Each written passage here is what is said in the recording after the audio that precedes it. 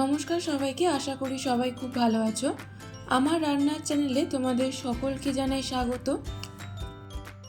আজকের রেসিপি ভালো লাগলে চ্যানেলটা প্লিজ সাবস্ক্রাইব করে দিও, পাশে থাকা বেল আইকনটা প্রেস করে দিও যাতে আমি যখন ভিডিও দেব খুব সহজেই তোমাদের কাছে ভিডিওটা পৌঁছে যায়।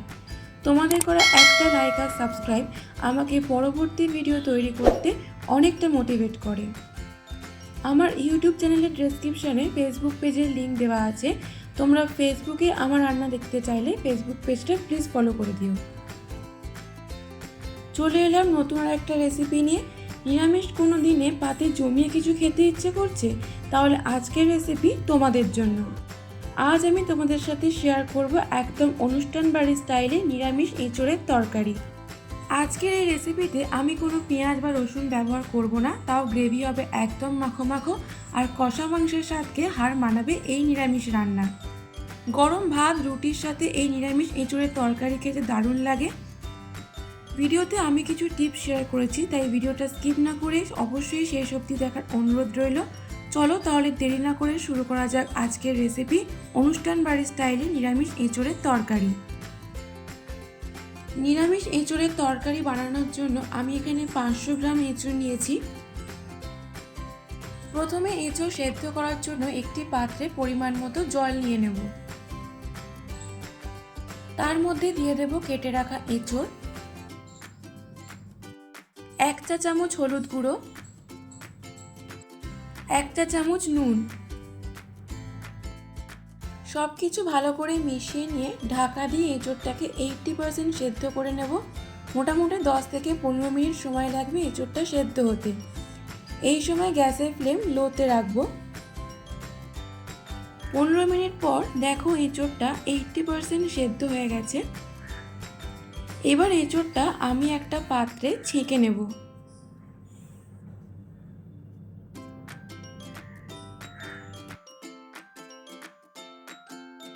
এরপর কড়াইতে দেব পরিমাণ মতো সরষের তেল।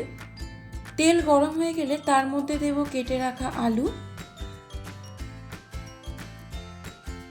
আমি এখানে দুটো মিডিয়াম সাইজের আলু ছোট ছোট টুকরো করে কেটে নিয়েছি।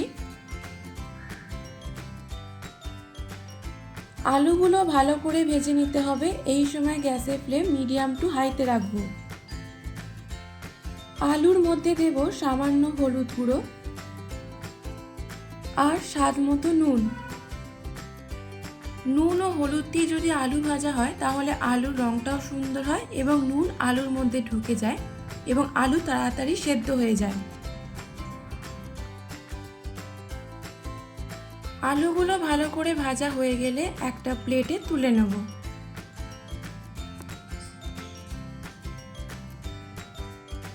এরপর আমি একটা পেস্ট তৈরি করে নেব। তার জন্য একটা মিক্সার গ্রাইন্ডারে 1 ইঞ্চি আদা কুচি, 4টে কাঁচা লঙ্কা আর টমেটো কুচি, সামান্য জল দিয়ে একটা মিহি পেস্ট তৈরি করে নেব। তারপর কড়াইতে যেটুকু তেল ছিল ওই তেলের মধ্যে আমি আবারও কিছুটা পরিমাণ তেল দেব।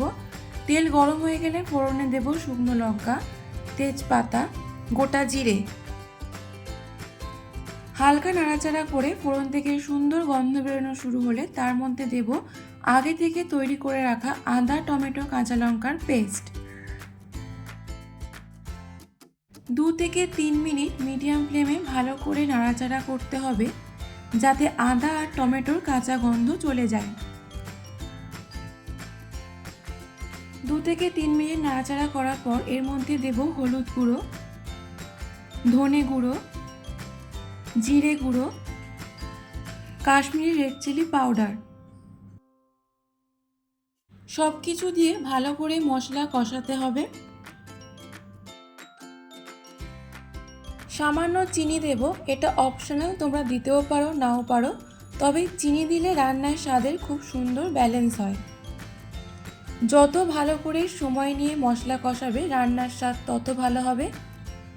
যাতে মশলা পুড়ে না যায় তার জন্য সামান্য জল দিয়ে মশলা কষাবো। এই সময় গ্যাসের ফ্লেম মিডিয়ামে রাখতে হবে। যতক্ষণ না মশলা থেকে তেল ছেড়ে আসছে ততক্ষণ মশলা কষাবো। মশলা থেকে তেল ছেড়ে এলে তার মধ্যে দিয়ে দেব এঁচোড় আর আলু।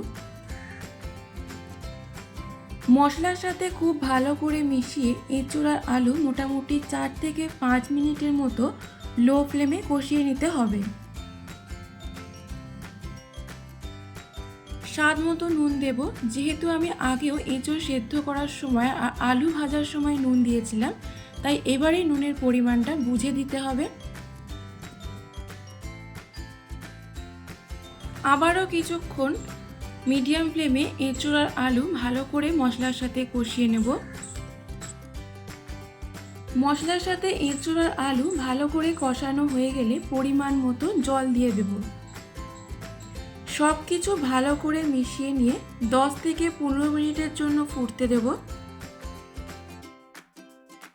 15 মিনিট পর আবারও একবার নাড়াচাড়া করে নিয়ে গ্যাস অফ করে ওপর থেকে গরম মশলা ছড়িয়ে ভালো করে মিশিয়ে 2 থেকে 3 মিনিট স্ট্যান্ডিং টাইমে রেখে নামিয়ে নিলেই তৈরি অনুষ্ঠান বাড়ির স্টাইলে নিরামিষ এঁচোড়ের তরকারি।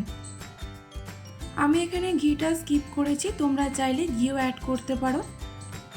আশা করি রেসিপিটা তোমাদের ভালো লেগেছে। গরম ভাতের সাথে বা রুটির সাথে তোমরা অবশ্যই একবার ট্রাই করো।